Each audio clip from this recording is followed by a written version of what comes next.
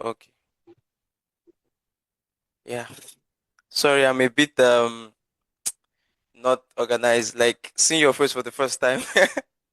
Not for the Yeah. first time though, but seeing your face like in years.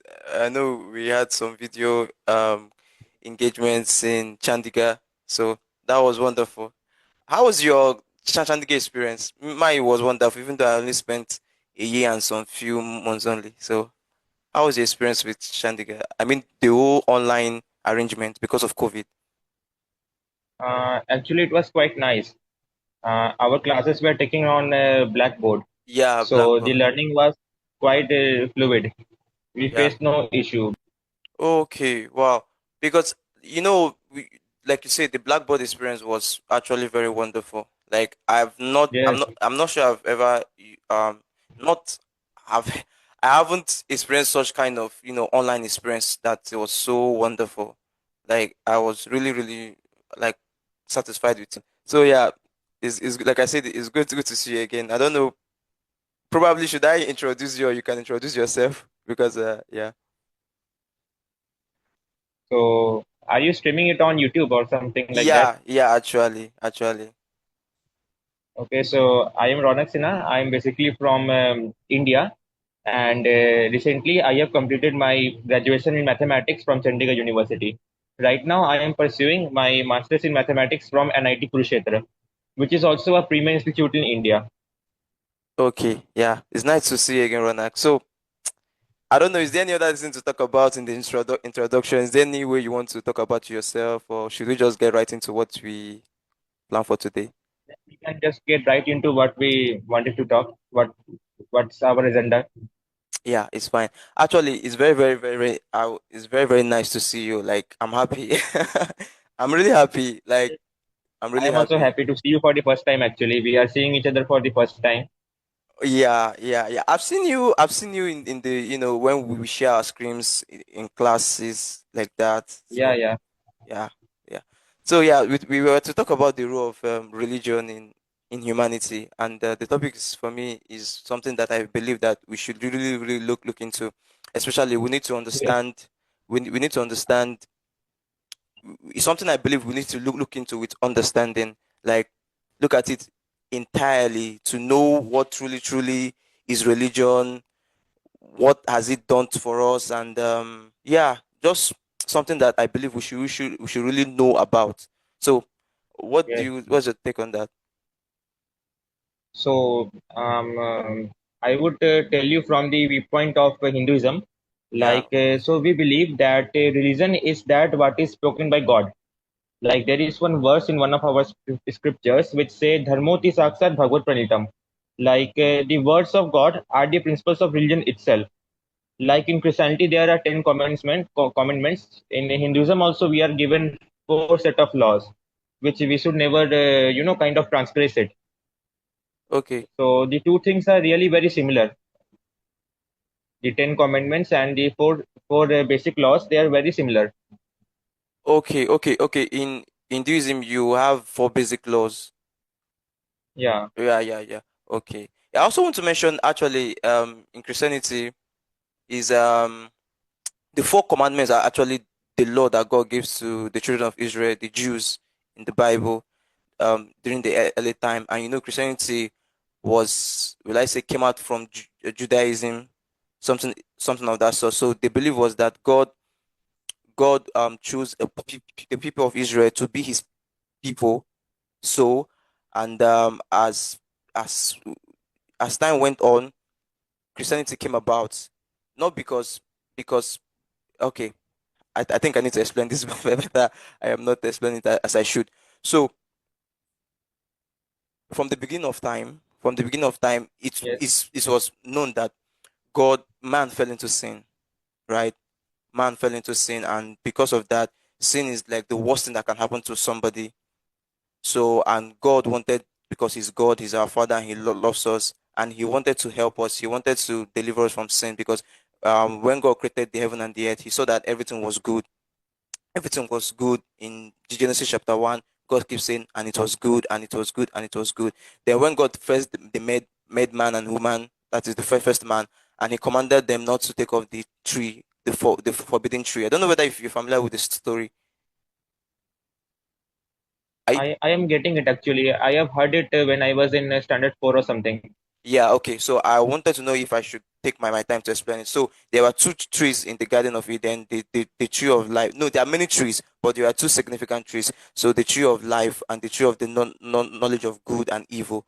So God commanded man not to take of the tree of the knowledge of good and evil, that if he takes it, he will die. So the devil, through in the person of the serpent, in the form of serpent, deceived the woman, and in turn she ate the fruit and she gave to her husband, which is Adam, and they ate the fruit. As a result, they sinned against God, and sin came into this world.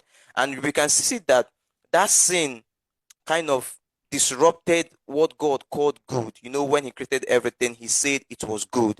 So that sin was as though that with sin came suffering, came about sickness, came about a lot of bad things. So the perfect creation of God seems as though that it was no longer perfect. You get the point now. That is no longer perfect because of sin that was introduced because of the obedience of man. And from that point in time, God already had the plan to redeem man, which was in the person of Jesus. So God has already had the plan, like, okay, the first man, Adam, sinned and brought sin into this world, that he will also deliver man in the person of Christ. So, but for the meantime, he chose a people for himself. The story went on and on and on. So because of time, I won't say all of this. So let me go down to the time of the people of Israel. He chose the people of Israel for himself. Now, the people of Israel for himself, he gave them laws, he gave them rules and all of that through Moses. And those rules were burdensome. It's not something that we can obey, because I think there was up to 450 laws, and the Ten Commandments were like the major one, like the the first 10, let me put it that way, the major one that if they should keep. So those laws, the children of Israel were to keep them, but they were many for them, and there was too much of a burden. It was impossible for human to keep that law, because by nature, because of what the first man did, bringing sin into this world, and sin became the nature of man. So sin became the nature of man. So by nature, it was difficult, or rather impossible, for people to please God. So God then, or like I said before, He already had the plan of bringing Jesus into this world, because He told the human in the Garden of Eden, back to the Garden of Eden, that it that the serpent will strike your heel, right, and you will crush the head of the serpent. So what was that? What God was referring to Jesus, that Jesus will come in a later time to deliver man from sin. So the law He gave to the to His people, the people of Israel, was like a schoolmaster. You get my point? I don't know if you understand what I'm saying. It was like a schoolmaster that was, will I say, preparing or waiting for the real redemption.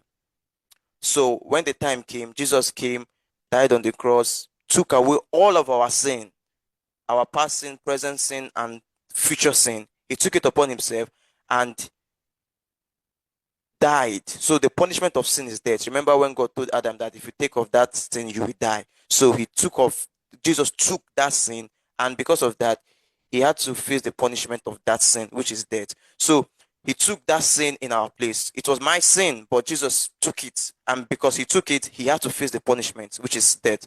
So He died and He rose again on the third day. So so it's Yes. not, you know, I mentioned earlier that Christianity came out of, it's not like Christianity came out of Judaism. Christianity is just like God's plan. It was to come in a later time, and that is on the mark of that.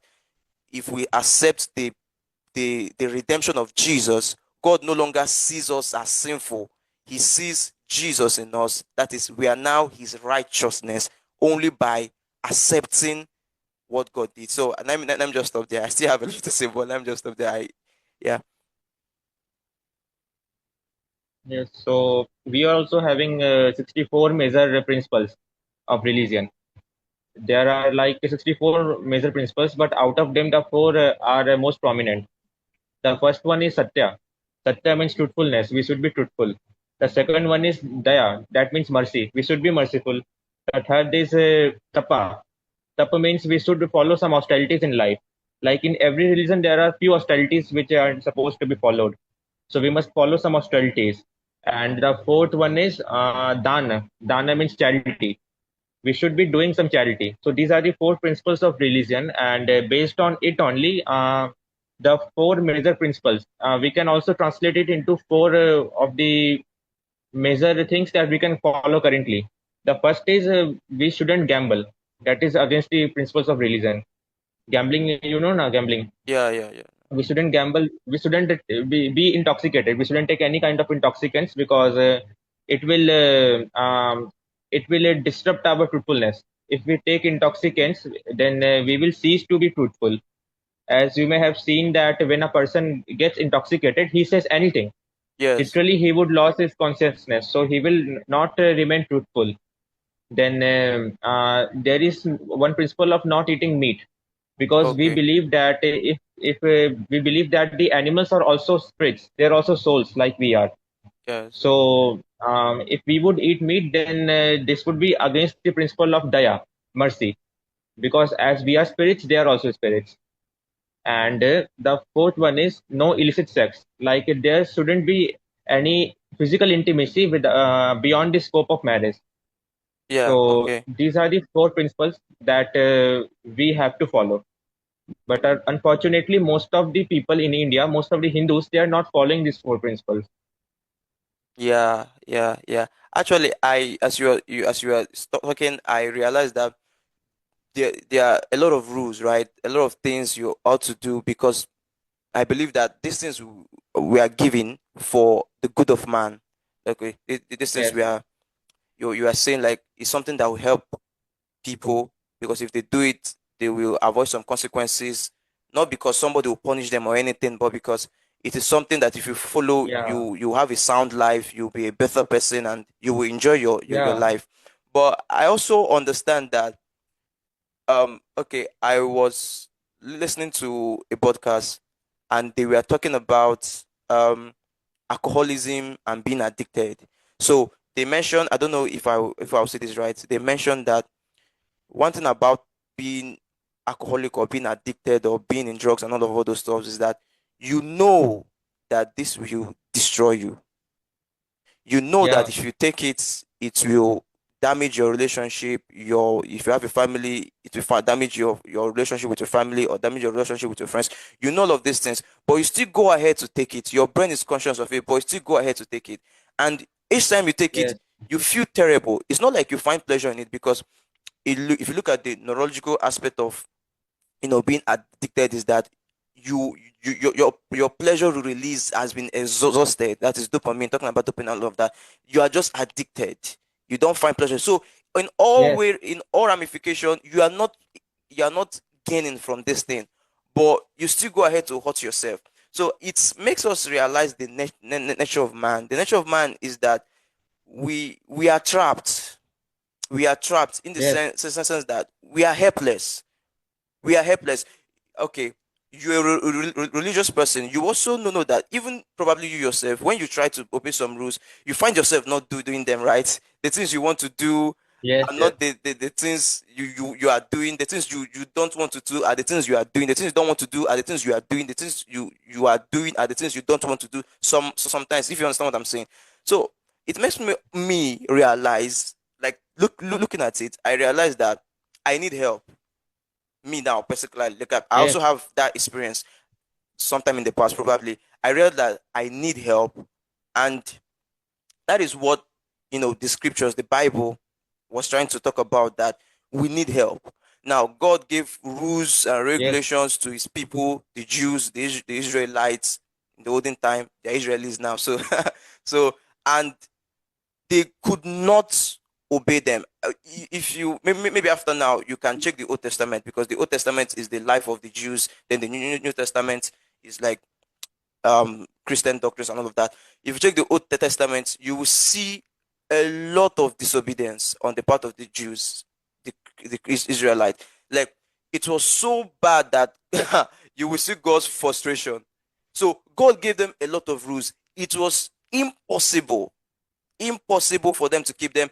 Prophets will come. God will send prophets. God will send judges. God will send priests. God will send a lot of people to warn His people and say, if you at the point God said, I've placed before you life and death.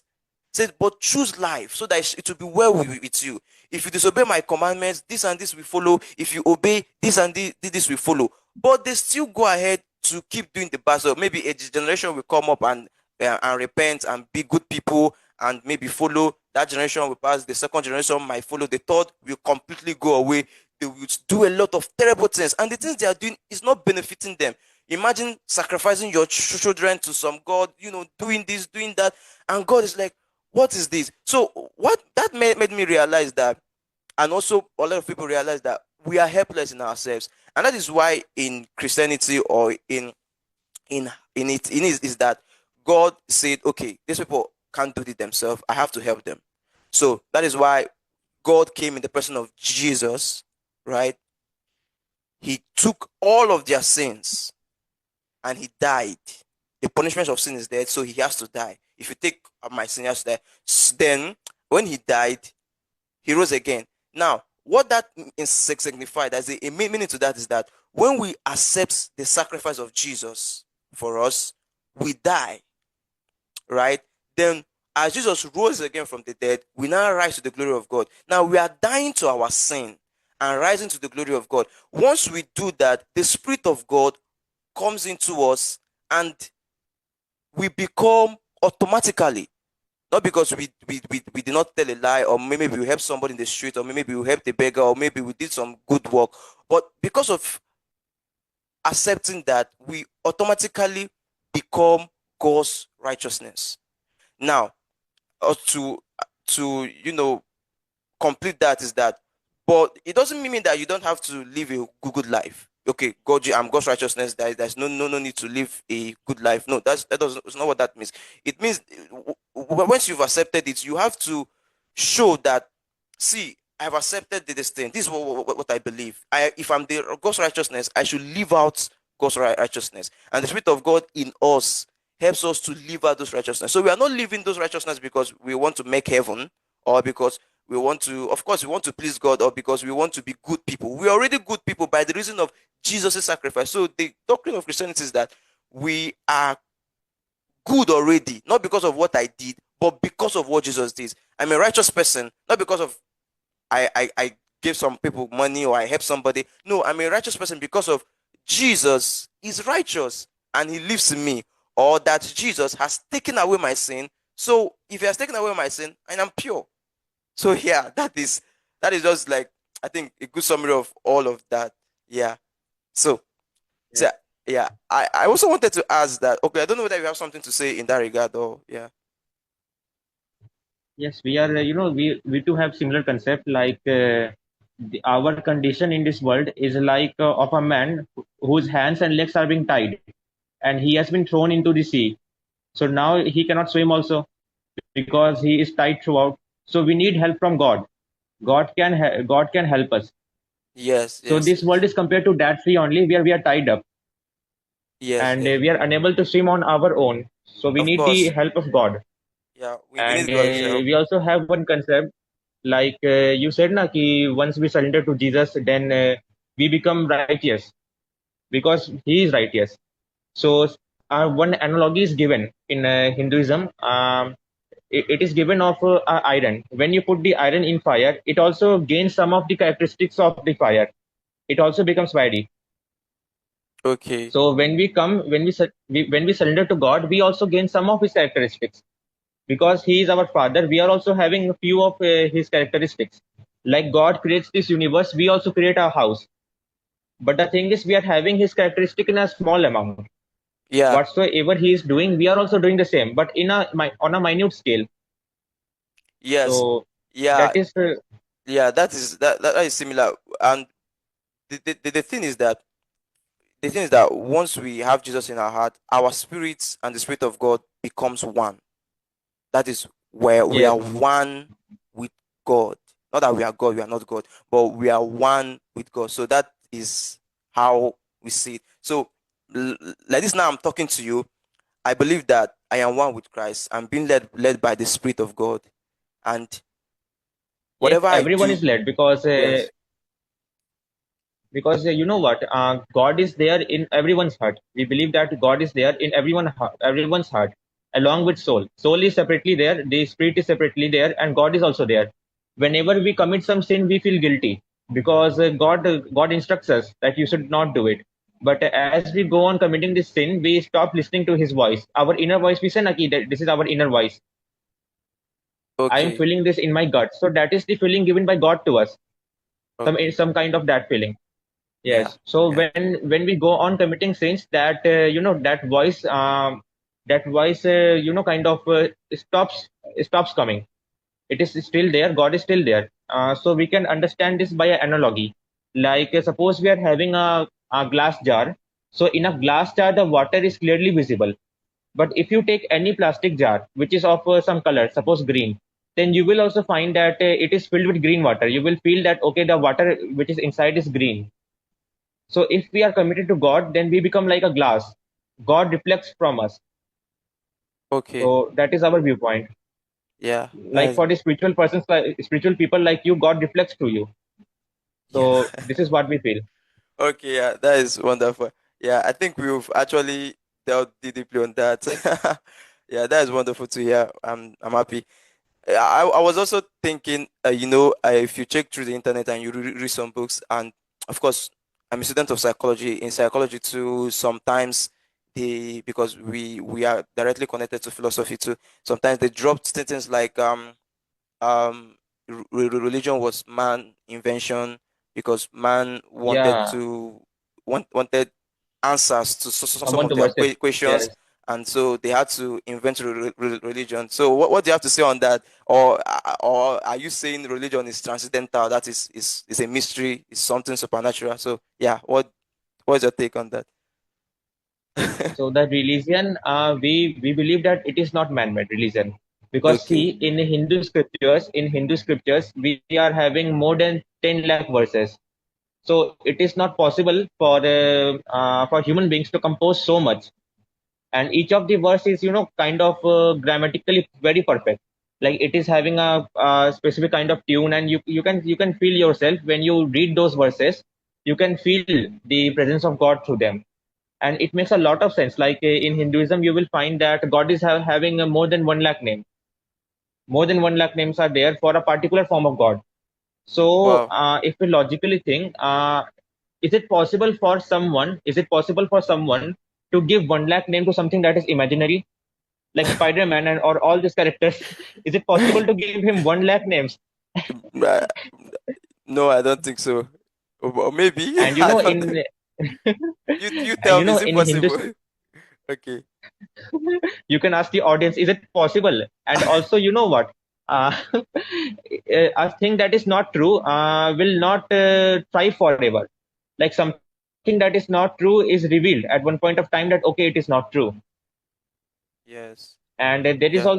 also a mention of there are also many fine facts that are being mentioned in the scriptures that have been discovered now by scientists. Yes. Yes. But they There's have a discovered it in a cruel way. Like the formation of a human body inside the mother's womb, right from the embryo to the formation of fetus, is discovered in Srimad Bhagavatam. And now the scientists, they have also done the experiments, but they have done in a very cruel way. Like there was one person who is considered as the father of gynecology. So he experimented very badly on women. And then oh after doing his cruel experiments, he found out that okay, the things like in first month this is formed, in first week of conception this is formed, in second week this is formed. Now in India, the people, they believe that eating meat is not good. So can somebody think that those people who are not even eating meat will tear off the woman and see all these things? no, I don't think so. Yeah, no, I don't think so. Because the scriptures are given by God, because it is like kind of the user manual. Like suppose you buy some machine, and in machine the whole blueprint of machine is given by the manufacturer. So similarly, God has given us the whole blueprint of various facts in scriptures. And God might have known that to know these facts, they have to undergo a lot of cruelty. They have to do a lot of cruelty and injustice. So that's why we believe that He have given this in the scripture so that we don't have to do these things. But still, because we don't believe in scriptures, we want to see it with our own eyes. just go on carrying out all those kind of you can say cruel experiments. And the worst thing was that that person was American, and he was a very big racist. He was extremely racist. He carried all these things on women from Africa only. Wow. So Oh, means that's terrible. it seems very cruel. It seems very very cruel.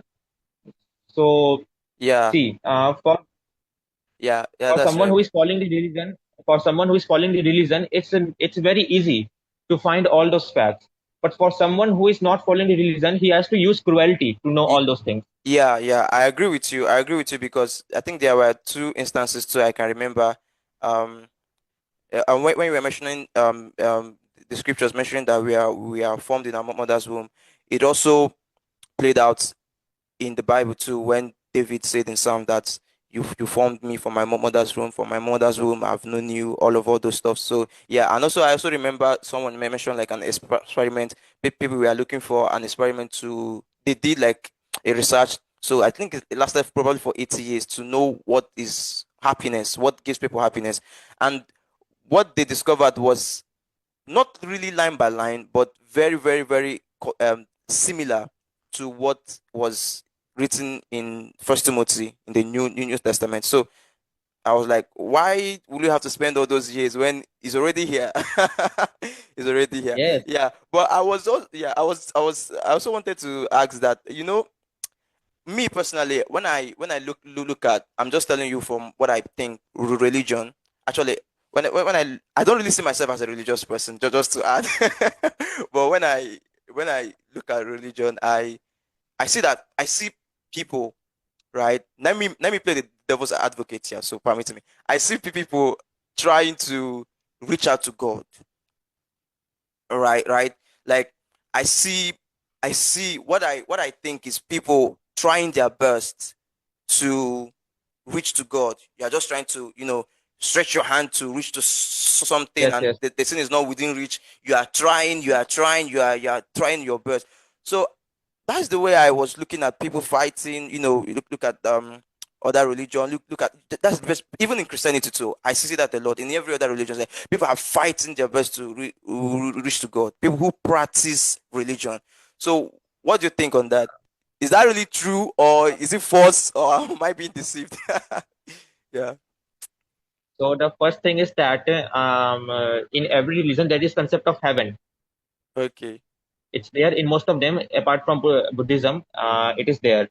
So heaven is not like an educational institute. Like in an educational institute, you will find that there are limited seats. So in heaven, it is not like that. In heaven, there are unlimited seats. Like we all can reach there. We don't need to fight. We don't need to convert anyone. Like they do not. This person is an atheist because he doesn't follow my path. And there are many ways to reach the same point over there. So the example of a mountain tip is given. Like a mountain tip, you can reach a mountain tip in infinitely many ways. There are many ways to reach one mountain tip, है ना? Yes. So Yeah. similarly there are many ways to reach God. And we also have one very beautiful kind of logic for those who believe that we can reach God. Like there are few people who believe that we by our own efforts only can reach God.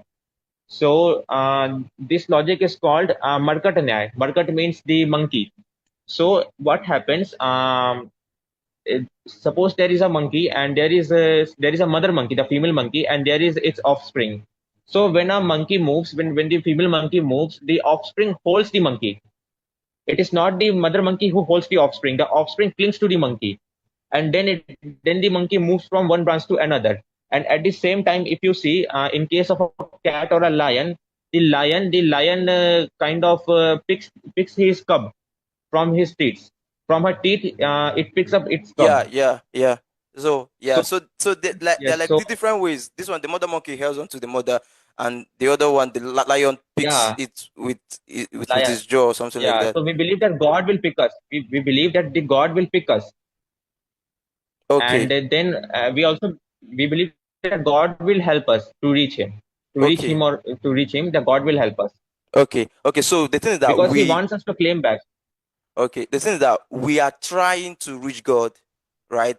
That is, we are making the initial effort Yeah, to get to go. Like, okay, so yeah, that's so that, yeah. So Yes, yes, what I yes, was saying was that, from what you are trying to explain is that we are trying to reach to God, right? We are trying to reach to God. So, but the problem is that, on the problem I see is that, probably we are not doing a good job at that. Like I was saying, that we are trying to reach God. But I was looking at a scenario where God Himself is reaching to us, because yes, where God Himself reached to us, because I was seeing religion as people trying their best to reach to God. They know that there is a God, no matter how we want to. Some people want to deny it. There is God, and because deep down in our core, God breathed the breath of life to us. We are alive because of God. He made us, and people know that, and they say, okay, I want to reach out to this God. Just like you have a dad and you want to reach out to your dad, and you're trying your best. So I want to reach out to this God because it is in their core, it is in their hearts, it is in their innermost part that, yeah, there's God. So what do I do? But the good news is that there's really no need for us to initiate our reaching out to Him, because God Himself has already reached out to us countless times. But He has reached out to, and the most significant one, which of course, this most significant one, is in the person of Jesus, where literally, I was talking to, I don't know whether if I should mention her name, is a classmate of ours, um, some few years ago when I was still in Chandigarh, and she mentioned that every God was once a man. I don't know whether if you also believe that every God was once man. Yeah, so that's what she it's mentioned. So hilarious actually. yeah, Yeah, it's hilarious to consider God a man.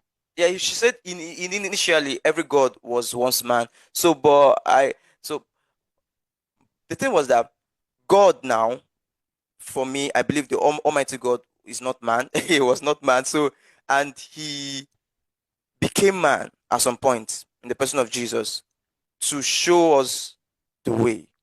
First of all, He lived His life as man to show us the way we ought to live, even here on earth.